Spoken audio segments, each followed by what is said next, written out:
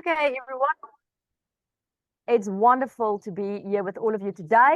And I'm very excited about today's topic because we're going to talk about our minds and the wellness of our minds. We're going to go a little bit into what you can do about it, which is the wellness coaches part. But I really want you to get off this call today and be able to find people who cultivate entrepreneurial resilience, because I can promise you, many people come into the circle of excellence looking for business counsel and all those things. But I'll tell you, the amount of times we end up having conversations about the mind and the wellness of the mind is staggering. And please don't think because I'm bringing you this message that I got my own mind sorted out. It's a lifelong journey for all of us. None of us will ever get to the point where we, like they use the words mind mastery, where we master the mind. I think it's something that happens over and over again and gets refined over and over again. But this is a step in the right direction. I'm dealing with a lot of people at the moment that's suffering big time. And the suffering is not necessarily because of what's happening out there in the world. The suffering is because of the things that happens in your inner world, the things that people are telling themselves, the things that people believe about themselves. And I think we would be ignorant if we in this time try and do things all by ourselves. The idea is to have a ring of steel around you. We've spoken about the ring of steel before. And so today we're going to look at things like understanding balance a little bit more and why balance is so important. It's such a generic word, but I'm going to put that in a bit more context for you.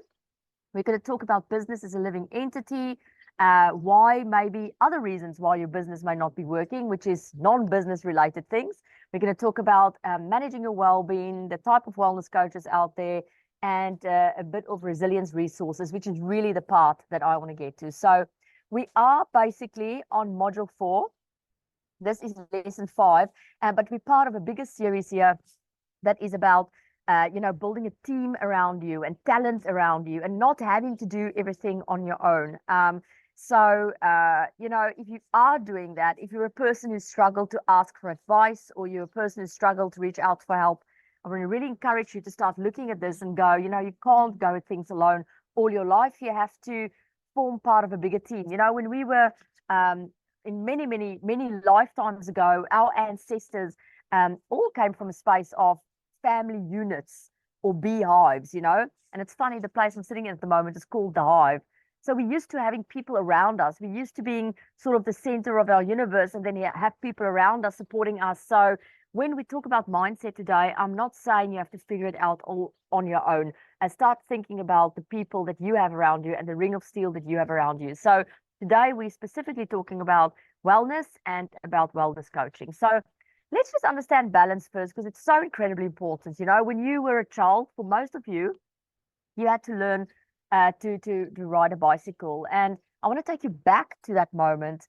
And remember when you got on the first time. I don't know how many of you were like me, but I mean, the amount of times I fell off a bike was incredible. And I remember standing on this thing and just feeling so ungrounded, and then you get on to the thing and then it feels like it's going this way, and then it feels like it's going this way. It's even worse on rollerblades for those of you who've tried that, but you just completely feel like things are just not stable and things are just not safe. And, then you fall and then you get up again, then you fall, then you get up again. And eventually, there comes a day where the wind blows through your hair and you feel free and you're on that bicycle and suddenly you go in leaps and bounds forward. So what was this and then became this a little bit forward becomes a seamless exercise where you move forward, the wind through your hair, and you just cannot believe how it could have been so difficult for you. So the muscle of the mind is exactly the same. And so just like in business, when you want to become a very good salesperson and you have to do pitches over and over again, the mind is the same. And this is in my experience. So sometimes if a task seems like way beyond, and you look at all these other people and they look so resilient and they're so positive, and life kicks them and then they get up again, and then you look at these people and you go, how do they do that? Will I ever be there? This is sort of, those people are called superhumans. They are, society look up at them and go like, how do they do it? Things, for example, we get comments on is people would start going international and then they'll go on their first big international trip. And me and Mike get it a lot. How do you guys do it? How do you do international travel? How is it possible?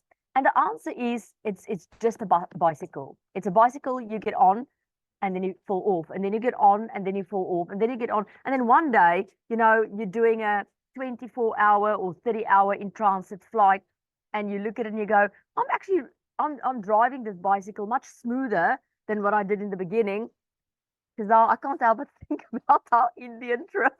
We were so tired, but we were freaking traveler rock stars, right? We're in a rhythm. We're in a rhythm, and we don't think about the rhythm anymore. We are travelers together. We don't think about the fact that we're tired. We don't think about the fact that there's not necessarily the food available. We don't think about how we're going to tomorrow. We're in a rhythm. The same way a person get into a rhythm when they get onto a bicycle. That's the same way you work with your mind. So I'm saying that to you to encourage you that this actually means there's nothing you can't do with your mind. There's absolutely, as long as you're willing to practice over and over again, you'll be absolutely fine. So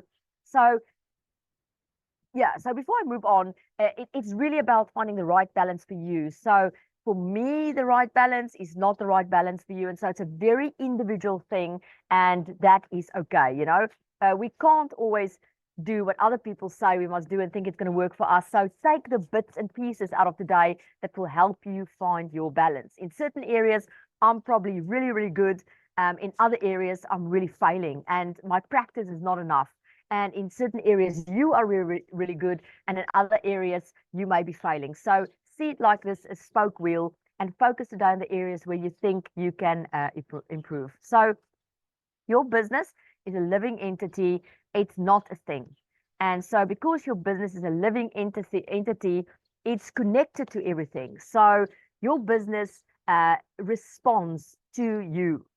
So it's like a tree, you see things above the line there. This, I have a picture for those of you who's not on the visual part, but I have a picture of a tree growing above the soil, and then I have a picture of a tree growing below the soil. So, whatever is going on below the soil, in other words, what's going on in your mind and what's going on in your soul will have a direct effect on the health of your business.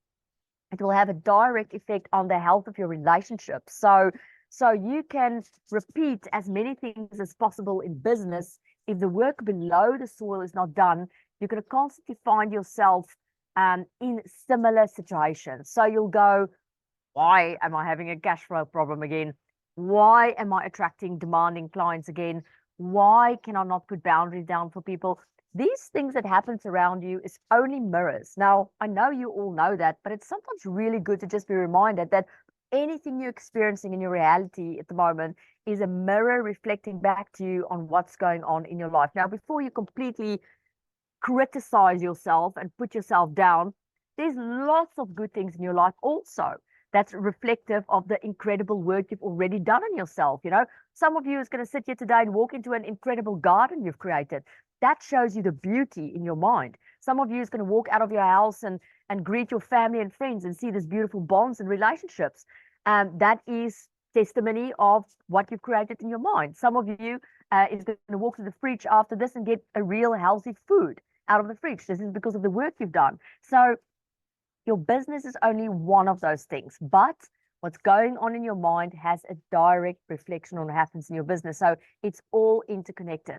So the energy you have when you get up in the morning, the energy you have in your life, the energy you have for yourself, the energy that you have to give other people, the balance that you keep in your life, how positive your mind is, the health of your body, that will reflect in the type of people in your life, the marketing that you're doing, and whether that's working, as well as the cash flow in your business. These things are directly related. So why am I mentioning this? Because realizing this help you actually to do an assessment on yourself. So all you have to do is you have to sit and become a little bit still and get all the distractions out of the way. And that in itself these days is a superpower, to get distractions away. But you just have to sit in stillness.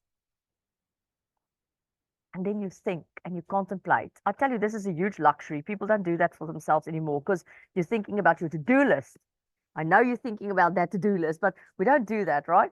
We sit and we go, I have to do this. Oh, I was in a disagreement with that person. Oh, why does my brother do this? So this mind never becomes still. But if you breathe and the mind becomes still, and you can find a way to be exactly in this moment. You can go, okay, this is really pretty about my life. This is wonderful about my life. This is incredible about my life. I'm grateful for this. But this thing here, I'm not getting right. Then you ask yourself, this thing that I'm not getting right, what is that a reflection of in terms of what's going on below the soil? Is it that I'm not actually positive at all? Is it that I'm telling people I'm positive, but I'm actually the most negative person on the planet because I'm criticizing myself? Is it that I really don't think I'm worthy? Is it that I don't think I'm pretty or handsome? Is it that, my parents always told me I'm useless and they give all the energy to my siblings and not to me, and that's given me an inferiority complex. If you can get to that point where what's going on below the soil gets linked to on what's happening above the soil, then you're actually getting onto that bike. You're actually getting onto something really incredible. And you know, there's resources around you that can help you to bring those things to the surface, but we'll talk about that. So what we're really talking about here is managing your well-being. But a person will never be able to manage their well-being, or these days they call it mental health. I don't know why I don't like the word mental health. It sounds incredibly institutional, but let's talk about well-being, the wellness of your being, right? So we're not just talking about the wellness of your body. We're not just talking about the wellness of your mind. We're talking about the wellness of the entire being. You will never be able to manage your well-being, because what is well-being? You have to really take the concept of well-being and the concept of balance and drill down into the absolute detail. So I like this picture here in front of us. So for those of you who can't see the picture, it's basically a spoke wheel like you would find in a bike. And then the spoke wheel has the tiniest details in it. I see in here all these emoticons. It's literally made of emoticons. I see little snowflakes in there, and I see spirals in there, and I see hearts in there. Now, if you look into the tiniest detail of your well-being, that is where the miracles lie. So you don't say to yourself after the day, I need to look after my well-being, because it means nothing. You don't say to yourself after the day, I need to look after my stress, which is a subcategory of well-being, because it also means nothing.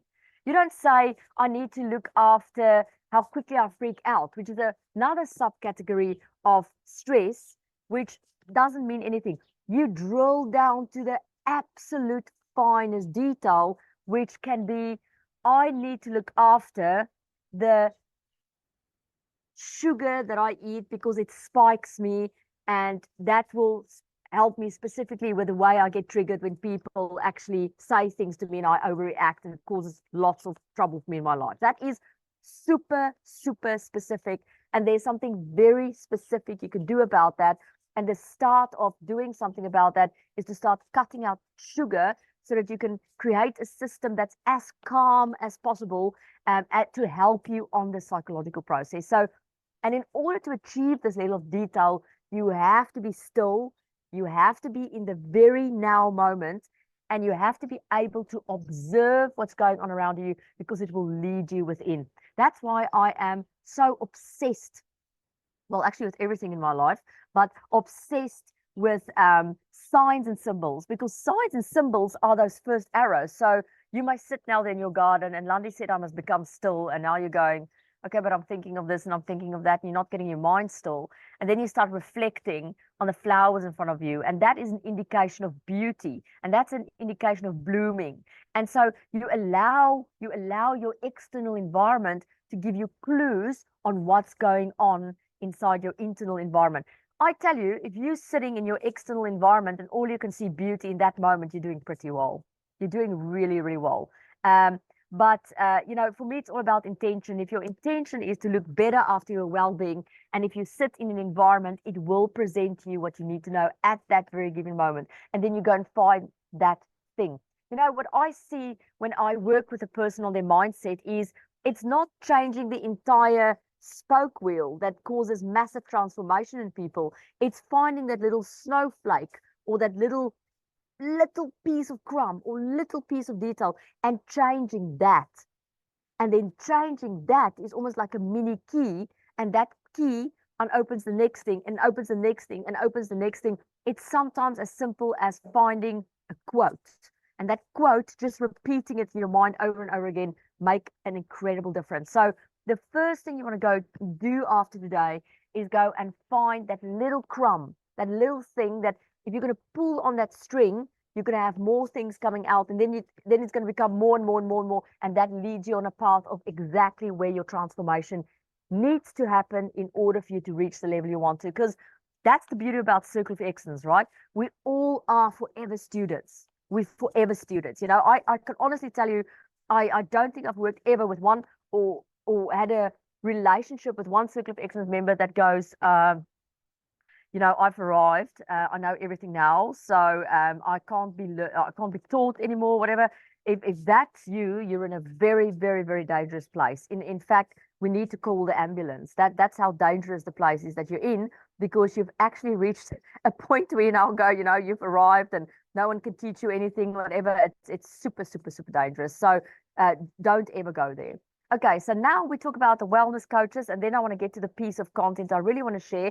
But you know, you can't go at it alone. There has to be external ring of steel people to help you with your mind. Now, many of you on this call as a Circle of Excellence member, we are very, very happy to dig into your mind and help you with stuff. You know, you don't have to suffer. You don't have to go at it all alone. You know, if you want to have a call with me or a call with Mike, or, you know, each other, help each other, you know, form little groups and help each other and check in with each other on your mindsets or whatever. Or maybe you just want to send a voice note and say, hi, Landi, you know, I just want your view on this. This is something I'm struggling with. You know, I eat chocolate like a rock star every night. I want to sort of try and get out of that pattern. Do you have any tips on how I can do that? Philippe, I just saw Philippe smile. I'm not saying you're a chocolate addict, but there was a bit of a guilty smile there. But we all have our things. We all have our guilty pleasures. We all have our obsessions. We all have our stuff in the past we can't get out. We all have our comparisons. We all have our future projections. We have these things going on for us. And so in certain areas you've done very well, but in certain areas you're struggling. Look for help. You know, there's as many wellness coaches and resources to help you out there as the type of things you get onto a typing thing, whatever you call it. That's why I put it here for you. So you can literally go for K, or let's make it easy, an M, and you'll find a mindset coach, right? You can go for C and you'll find a culture coach. You know, you can go for E and you'll find an esoteric coach. You can go for P and you'll find a freaking, you know, Pilates coach. We now in the coaching world, and you know, there's so much free material online. You don't really have to go and book someone. You can YouTube it. You can YouTube a coach. You can literally, with the help of YouTube and TikTok and all those things, have an entire ring of steel of coaches around you. But you're not going to know who to employ for free unless you actually know what it is that you need. So it takes us back to the spokes wheel again. You know, it takes us back to, again, understanding what do you need. And let's say after today you have a proper conversation with yourself and you say, okay, the number one thing I actually need at the moment, and here's a tip, it's usually the stuff that's top of mind, right? Let's say one of the number one things you need at the moment is that you're sitting here, you're going, okay, I want to lose more weight. I want to lose more weight. I want to focus on my fitness. And I'm really, you know, the way I'm criticizing myself is next level. You know, people don't know that, but I get up in the morning, I berate myself. I order a meal, I berate myself. I go and I speak and I berate myself. I'm just constantly harsh on myself. So now you've identified a weight loss coach, you've identified a fitness coach, and you've identified self-criticism coach. You go on YouTube. And guess what you do? Every single morning before your day starts, you listen to a video on weight loss, you listen to a video on fitness, you listen to a video on self-criticism. You don't have to do anything right now. You're just starting with a type of self-hypnosis. You're just starting to embody slowly but surely another being, another way of being. And so many times where this changes go wrong is the change is too overwhelming for us. You go, I'll never be able to do it. I've never been able to do it in the past. I always fail. Why should I even try? It's because you are not sensitive to your resistance to change and you want to see change overnight. And that is not practical. It's not going to happen. So let's say, for example, you want to be a minimalist, just start listening to the videos. Just start listening. So, but here is the secret sauce. You have to make space for this in your day. It's not good enough to do it once a week because it's not going to sink in because the repetition is not violent enough. You know, change is not a gentle thing. Change is the aggressive, violent thing. That's why we don't like it, right? So look at a seed when it's about to force itself through the soil and become a sprout. It takes an incredible amount of aggression, takes an incredible amount of willpower. You know, when you look at the element of wood, you hear the sound of shouting. It's the same sound than when you're standing in the gym, Chris, and you go, ah, you know, you're lifting that weight and you're going, I can't do that. What do you do to get that weight above your head? You shout, you use sound, you use aggression. So change is the same. It's very, very aggressive. It's very harsh. And so because of that, you have to push, push, push, push daily. Otherwise, that change is not going to happen. You have to push through the fear. You have to shout. And so by listening to things over and over and over again, you are forcing yourself through this way of being into a new way of being. So it looks like, you know, when we see a flower open, you go, oh, look how gentle the change is. Look how the flower opened. But you weren't there when the seed had to crack through that hard exterior and become a sprout. That's where the real transformation happens. When you see a flower open gently, that's the result of the real transformation. If you were going and if you were having a conversation with a caterpillar right now, they'll tell you the same thing. They'll say to you, look, getting out of that freaking cocoon wasn't the easiest thing, you know? Wasn't really cool to be in the soup, but breaking through it. I don't know how many of you have seen actually a butterfly break through a cocoon. I mean, it's silk. It's one of the toughest things on this planet. Do you know how tough it must be for them to use those little new, you know, dainty fingers that they got and break through a cocoon?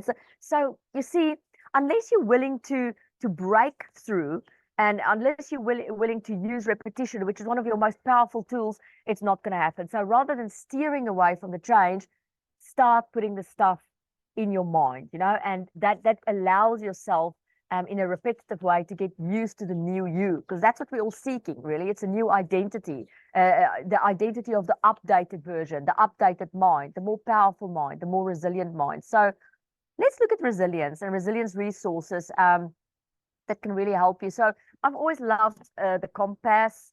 I think it's a very, very powerful tool because for me, it looks at us from the 4 directions. It looks at us from all angles. You know, we're not just spirit, we're also physical, we're also emotional, we're also mental. We're all those aspects in one, which makes us complex, which makes us dynamic, and which gives us lots of layers. That's why I love to use plants in these analogies, because of what happens below the soil, because of the roots, because of the foundations, because of the way we grow, because of the way we sprout, because of the way we bear fruit and flower and whatever. But none of these changes will happen in our minds unless we become really aware, that we literally are in the center of all this dynamic things happening around us, and we are at the center of all these layers, and we are at the center of all these things. I mean, gosh, you know, we're talking about wellness today as part of your Ring of Steel, but I cannot encourage you enough to go and get this book. It was recommended to me by Ali Mooney, and I just finished it. And I said to Mike when I finished the book, I said to him, this book has profoundly changed who I'm going to be for the rest of my life. It's profound. The other book that I found close to this was Alchemist. Alchemist is still my biggest one, but this has profoundly changed me. And I said to Mike, I can't tell you yet the result of how it's going to change me. It's going to come out later, but it's called The Choice by Dr. Edith Eger. She was a Holocaust victim. And for some reason, I've always sort of avoided the stories around the Holocaust and what happened there, whatever. But this is profound. It was profound for me. And I'm not going to be a party pooper here and tell you what happens in the book or whatever, but I can tell you that the book is called The Choice because of the incredible power we have in the choices we make and how we view life. So if you're sitting here today and you're sick and tired of being sick and tired and you're sick and tired of the tricks your mind plays with you, I really want to recommend that you go and read that book. So we have choices, you know, we have a choice on how well we want our mental state to be. We have choices on how we want our physical state to be. We have choices on how we want our emotional state to be, and we have choices on how we want to dance with the unknown, which for me is the spiritual part, because very few people really know what's going on there. We always guess. So the spiritual part for me is always the unknown, the we're wondering about things, the mystery, whatever. Now, you're probably not going to achieve well-being if you only focus on one of these areas. And that really is what balance is for me, you know. Balance is really to have an awareness of all of these areas. The moment you know, favor one of these areas over another area, then you fall out of balance. And falling out of balance means falling off the bike. And I mean, none of us here on this call have to be, you know, a clinical psychologist or a coach to recognize what it looks like when someone's falling off their bike, right? You can see those people a mile away. I mean, you see it in yourself, but you don't always admit it to yourself, or you don't want to always admit it to other people. But we all know what it feels like to, you know, physically sit with your face in the dirt. You know, we all know what it feels like to experience your body and go, I'm not healthy, right? I'm actually not healthy at the moment. Or, you know, to look at your tube around your stomach. My mom called it her anaconda, because she calls it an anaconda because she says it wraps all the way around her body. It says it's a tube at the front, it's a tube at the side, it's a tube at the back. Now, we all know what it feels like when we have a tube, right? We all know what it feels like to have an anaconda and not want that anaconda, you know? We all know what it feels like when you've got a very, very bad flu and your body's just not recovering. We all know what it feels like when, you know, you've eaten something that is not accommodating with you and, you know, you spend your whole day on the toilet swearing at yourself for making that choice, you know? Shazar, India, right? Need I say more? You know, we all know what it feels like not having a body that's as strong as we want it to be. You know, we all know what it feels like when you have a body that brings out rashes and symptoms and pain in order to communicate with you, and then you hear the communication, but you don't want to hear it. So you just go and swallow more painkillers or stuff because you're cutting the communication off. You don't want to make those changes, right? So physical wellness. One of the biggest lessons I think I've learned of recent years, and that I'm in the process of learning, is that one of the quickest paths to getting access to spiritual gifts, spiritual power, spiritual love, accessing that level of love is through the body. It's a big epiphany for me. It's like, you know, I guess I'm making the transition from pure vanity, meaning I've always just wanted to have a certain body for vanity purposes, to realizing working with your body gives you access to other worlds, give you access to information, give you access to treasures within your mental state that that I didn't know exist. So it's an incredible journey. So it's not just about vanity. Do you remember that movie where, I think, who said in that movie? Oh, it was a movie about a person who has to defend the devil in court, and then he's on the staircase, and then he says, "Vanity, my favorite sin." I'll never forget it.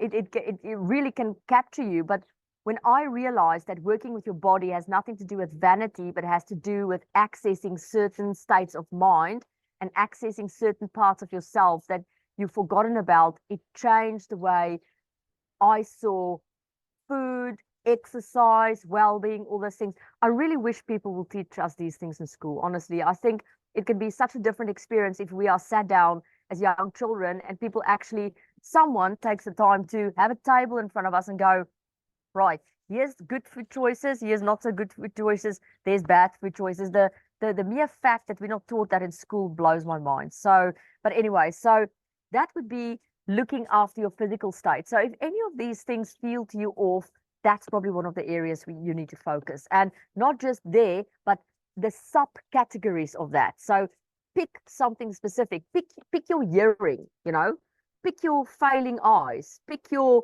hair, you know, that's going. Pick something and start there. Otherwise, the process becomes too overwhelming, right? Then we need to look after our mental state. You know, for me, the mental state is such a general statement. So I'm going to today call it your internal chatter. Honestly, what that what are you telling yourself? If you can find a way to catch yourself out, what's the stuff you're actually telling yourself? Do you, and you know what? I notice with myself that I'm most aware of what I tell myself when I wake up in the morning. The rest of the day become too distracting. You get too distracted with your to-do list, whatever. What are you telling yourself when you wake up? Do you tell yourself you're a loser? Do you go back into the previous way and tell yourself, why did I do that? Do you tell yourself that you are not good enough because you didn't finish your to-do list? Do you tell yourself that your bank account is still empty and therefore you're not worthy? Do you tell yourself that your wife or your husband or your partner, whatever, hates you because of a certain way you look or act? What are you telling yourself first thing in the morning? And if you're worried that you're going to forget about this question, go, ladies, get your lipstick out. Guys, if you use lipstick, it's all good. For the guys, go and get yourself a highlighter or something like that. Go and write on your bathroom mirror, what am I telling myself? So that you catch yourself early in the morning. Early in the morning, you're going to catch yourself because that internal chatter changes everything. It sets the stage for the entire day. If you feel useless in your mind and you tell yourself constantly you're useless, your entire day is going to serve to confirm that belief. But if you don't catch yourself in the morning, then you're going to forget this conversation because why? Because you're constantly getting distracted. We're now in the era of incredible distraction. It takes almost a mind of steel in this time and age not to constantly be distracted, because what this environment is giving us now, and with AI it's getting worse, is constant entertainment. Constant entertainment. So if you can find a way for you to come back to focus on what you're telling yourself and changing it without getting distracted with all of these things around you, which is much more nicer to focus on because it's fun and it's playful. You know, me and Mike on Facebook can look for hours at animals. I can't tell you how long we can sit next to each other, and then Mike go, oh, look at the mammals, ha ha ha, then we laugh. Then I go, oh, look at what this elephant is doing to the dog, ha ha ha, then we laugh. Oh, look what this one is doing to this one, ha ha ha. Before you see it, an hour or two has passed. There's nothing wrong with that. That's play. But this amount of distraction is just going to fill your day, fill stuff all the time. Whereas with mental health, with mental well-being, with the well-being of your mind, you want to take things out. Because if you don't take things out, you can't see. You see, if you have too many things in your mind and you're too distracted by things, you basically constantly turning your head around like an owl. So you're doing this. Dum, dum, dum, dum, dum, dum, dum, dum, dum, dum, dum, dum. What you're meant to do is go within. And that can't happen if you're constantly distracted. It's not going to happen. You're just going to turn around all the time, turn around. You're literally running around yourself all the time. You're in the middle and you're running. You're doing this, you're doing that, you're taking action here, you're doing this, you're doing that. You never reach yourself. And you know where people reach themselves is in that last half an hour before they die, because then they're forced to be still. What happens in that final hours is the ultimate self-reflection. Don't wait for that point in order to crack your code. So that is what mental wellness really is about, is to focus on the right thing. And what you need to be focusing on is you, and why you're not at the level you want to be. And more important, why you're not feeling in a certain way, because those things come directly through from your thoughts, the feelings you feel. If you want to feel joy, the fact that you're not feeling joy is because of what's going on in your mind, because of what your thoughts is going on. The fact that you're not feeling light is because of what's going on in your mind. The fact that you're not feeling happy is because of what's going on in your mind. The fact that you feel discontent, this all comes from your mind. And that's what mental well-being is about, right? So let's go down south now to emotional well-being, right? For me, emotional well-being really has a lot to do with how your emotions go up and down. It's this ebb and flow energy, right? So what you want to achieve with your emotions is you want to achieve a more stable situation. So I'm not saying you can't be ecstatically happy. It's great, but if you want to find peace within you, which is really what emotional mastery is about, is you want to get out of this incredibly highs and lows. And I know a lot of people call it, bipolar and whatever, but, if that's bipolar, then we're probably all bipolar, because that's the human state, up and down, up and down. But this up and down, up and down, up and down, up and down, really steals our peace. And what I have found is that it can be incredibly dangerous to go really down, really, really down there. But I've also found that it can sometimes be really dangerous to go very high as well. I'll give you an example. You find out you found out you've just won the lotto, right? Or you found out that you're the winner of an award or whatever. Look, you're gonna really go up, but what goes up has to come down. So to have those ecstatic moments, to take those ecstatic moments too serious, is setting yourself up for failure. So I'm not talking about happiness in your emotional health. I'm talking about peace. And if you want to achieve peace, you will try and master these incredible up and down energy a little bit more. How do you master that? When you just want an award, you remind yourself that what goes up must come down. So you recognize that this is a fleeting moment. You recognize that this moment of happiness or ecstasy or euphoria is a fleeting moment. If you don't sort of spoil it a little bit for yourself in the moment, the coming down is really, really tough. And I see it with a lot of people who's been in love, won awards, whatever. They overemphasize those highs, and so when the lows come, they can't deal with it. In your emotional well-being, you want to achieve a state of peace. So ways to do that is to really become aware of what triggers you, and to create a environment in which these triggers are not so incredibly high and incredibly low. Now, you can achieve a lot. I mean, you are so full of chemical. Your body has so many elements and so many chemicals and so many things in it that makes these triggers happen. Even, the best mindset in the world will not help you. If you are drinking your Coca-Cola every day and your blood sugar is getting spiked all the time, it's very, very difficult for you to try and outdo that with a mindset. And so that's just constantly going to make you feel like a failure, because you think your mindset is not strong enough. Meantime, you are a chemical cocktail that's made for disaster. It's easy to trigger you because your body is going to react without your consent. Your body's going to become your boss. Your body's going to tell you when it trigger, who it gets triggered by, whatever. So you obviously want to go and create homeostasis in your body if you want to actually work on the emotional part of you. Otherwise, you're just setting yourself up for failures. But the emotional well-being part starts by seeing what triggers you. I mean, the stuff that makes you angry is probably your best masters. If someone comes to you and says something to you, and I know, there's stuff that can trigger me so much that I go actually red in my neck, and then my cheeks becomes like red because of how angry I get because of the thing. That's a master. That's a master teacher, because that thing that made you so unhappy is a direct arrow into the parts of your emotions that you've not resolved, and therefore you get triggered on it. And I think, I've said it before, but I'm going to say it again. If you do not look into your emotional well-being, it's going to be very easy for other people to manipulate you.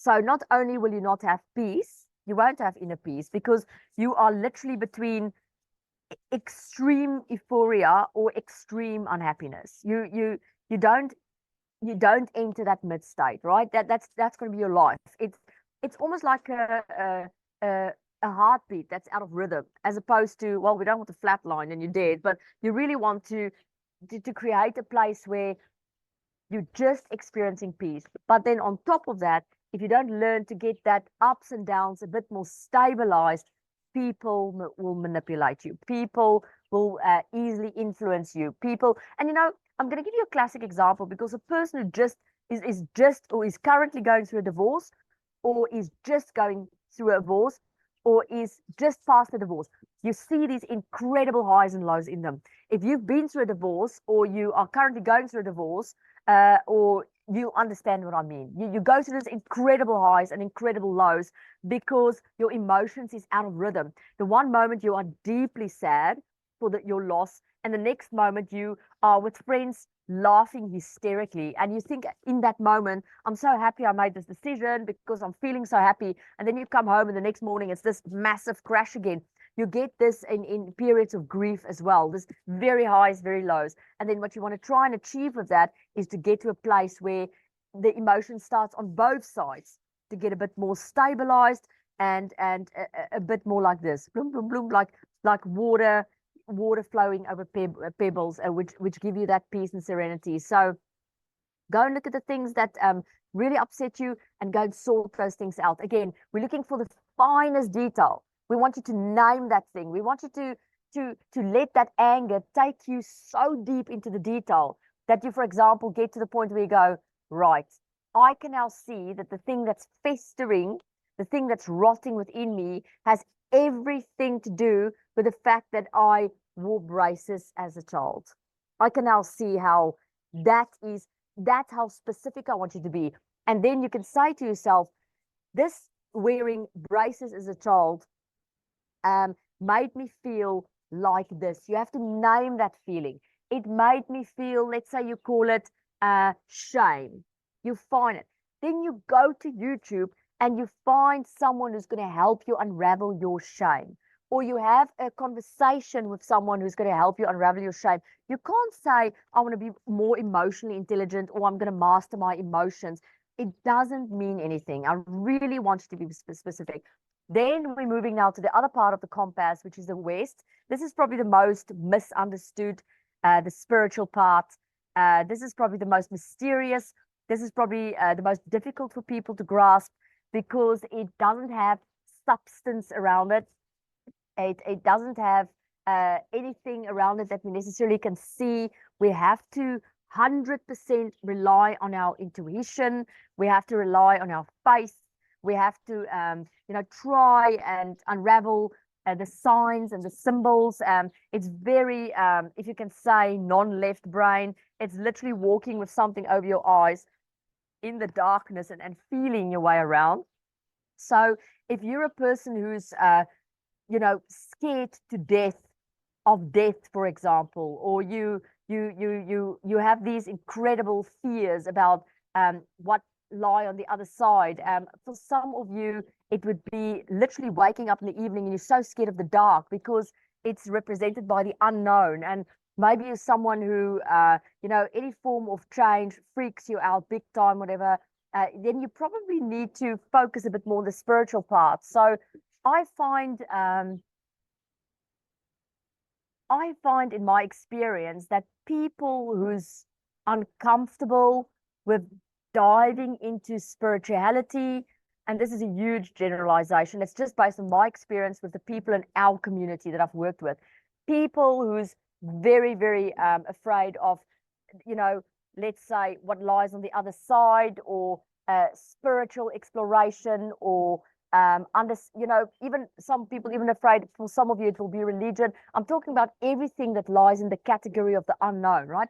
Are usually people who is more resistant to change than others, and are usually people who really love to have control. It's about control. It's about losing control, because the moment you play in the spiritual arena, you have to surrender. You have to lose control, and you have to hand the things you have power over to an unknown source. You have to hand it over. And it doesn't matter whether you call yourself spiritual or religious or faithful. The whole concept of the West, the whole concept of spiritual is these are not things you have control over. So you get two people, you get two types of people. You get people who believe that our destiny is completely in our hands. And then you get people who believe we've got a master plan and it's already worked out for us. And I believe there's a place somewhere in the middle of that. So there's a part of you that, can control probably how you respond to things and how you see life. And then there's a part of you, just look back on your life so far with things you can't control. So it's good to have a good midway. So if you're wondering about your spiritual well-being, go and have a conversation with yourself about the extent to which you want to control things. And it makes me think of that quote. Maybe one of you can help me who invented that quote, but it's something like, God grant me the wisdom to recognize the things I can. Yeah, I can see you saying it there, Shazar. Maybe Saja, maybe if you want to just pop it there for us in the chat. This is the serenity prayer. That's what it's called. So for me, the serenity prayer, thank you so much, Saja, sits actually here in the spiritual part, is to say, I need to recognize in my life what I can control, what I can't control, and understand the difference between the two. Now, that is me. I want to give a little bit of space here for us to actually take some questions, or maybe someone here wants to contribute something.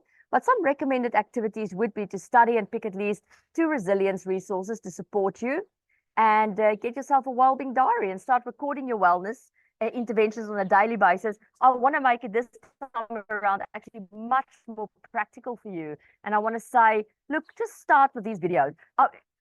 Recognize where's the areas where you need to invest more in your well-being, and then repetitively, before your day start getting these things into your head and into your being or whatever, and so that the change is at least kick-started. It's not something that lies in the future that's impossible. It's something practical and it's actually starting. So anyone, I'm jumping off my soapbox now. Anyone with a question or a dilemma or an idea, I would love to hear your input.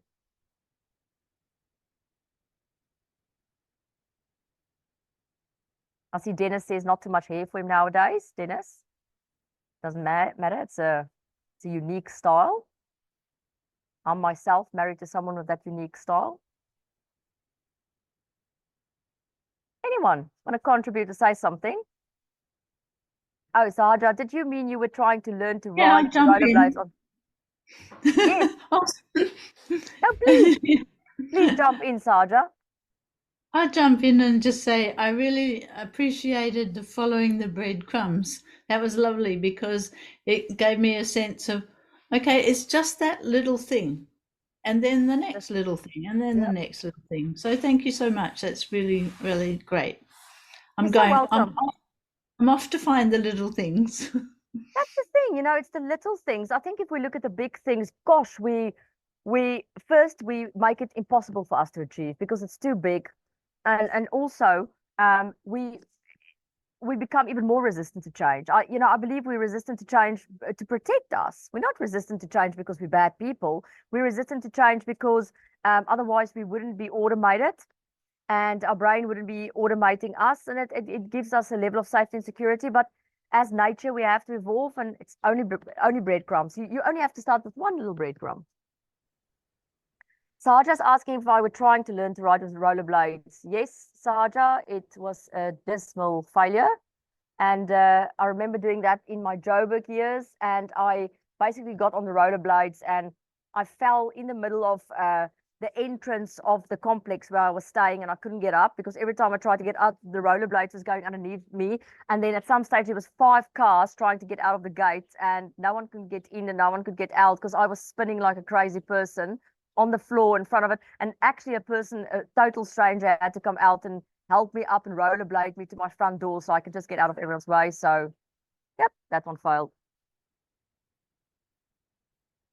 I see, Ian, my recent inner work has attracted many new clients this year. I can't tell you how much I've thought of you today talking. I mean, your inner work, Ian, is next level, right? Even when I was looking at the last photo shoot, where you and Therese was standing there, and you know your energy and stuff. Gosh, I don't know even where you've been. Honestly, I think you have dimensions within you that you honestly, it's not like I looked at your first metamorphosis and went, oh, Ian has arrived. You just constantly keep on arriving. You just can't. It's like you're just constantly showing this face, then that face, and that face. It's actually quite remarkable to witness from the outside, really.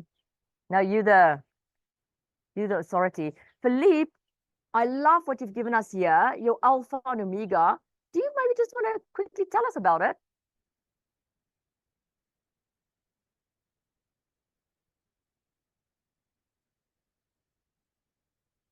I don't know if it's just me, but I can't hear you. Can the rest hear you? Is that better now? There you are. Okay.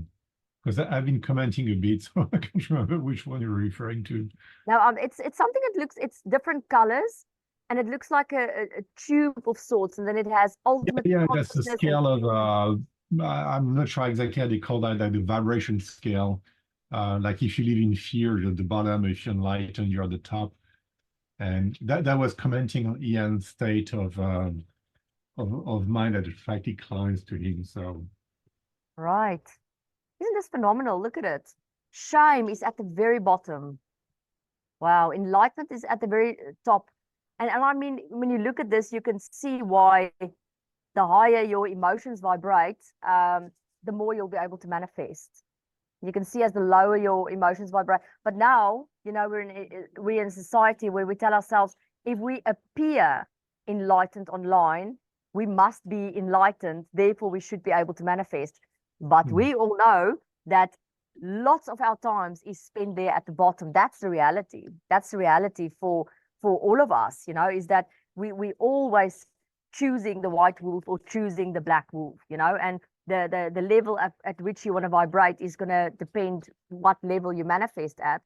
And it's not just a decision. It's not that you just go, oh, today I'm going to feel fantastic, whatever. You really have to go deep and find the source of those emotions, the source of why you're feeling so miserable and whatever. So it's almost like automatic for you to vibrate at those higher levels. Dennis, thank you for your little ambulance there. Oh, yes, the choice. Oh, thank you. Gosh, I can't tell you this book. I don't think I've cried so much in a book at all. It's just this woman's mindset is, I don't care, you can be the best mindset coach in the world. What this woman's lived through it's just, even in hell, hope can flower. It's incredible. I'll tell you, I'll describe this book. It brought me to my knees. That's probably the way I'll describe it. I don't think anything humbled me so much in my life that I've read in this book. It's just absolutely crazy. Please interrupt if you want me to stop talking and you want to say something. Oh, Dennis, we disconnect our TV and Apple TV many months ago as it was distracting. Yeah, no, I mean, all those things. And you get so many now. You have Amazon TV and Netflix TV. And you know what? With AI, we're now going to see more of these things coming out. And I'm not saying, don't get me wrong, AI is not, the problem is not AI. The problem is us. The way I view technology is that the technology that's coming out now, for me, is only a reflection of the technology that exists within us. So technology is evolving because our ability to be psychic is evolving. That's all. So AI is just showing us what's starting to happen in the human race. So you should be very excited that AI is coming out, because it's telling you that, our technology is getting upgraded. We're doing a quantum leap. What we can do with our psyche is more powerful than ever before. That's what it's showing you. But because of that, you're going to have to exert more self-discipline. So it's not AI that's the problem. It's you playing with AI that's the problem. It's the way you use AI that's the problem. It's how you get distracted by AI that's the problem. It's not Wi-Fi that's the problem, or computers or TV or internet. It's the way you interact with it. It's your inability to say, no, I'm not going to let it distract me. Or it's your inability to allow that to rise fear in you. And that's the problem. So you're the one who have to improve. Technology is not the one that needs to go away. You see, it's based on the spiritual law, as within, so without.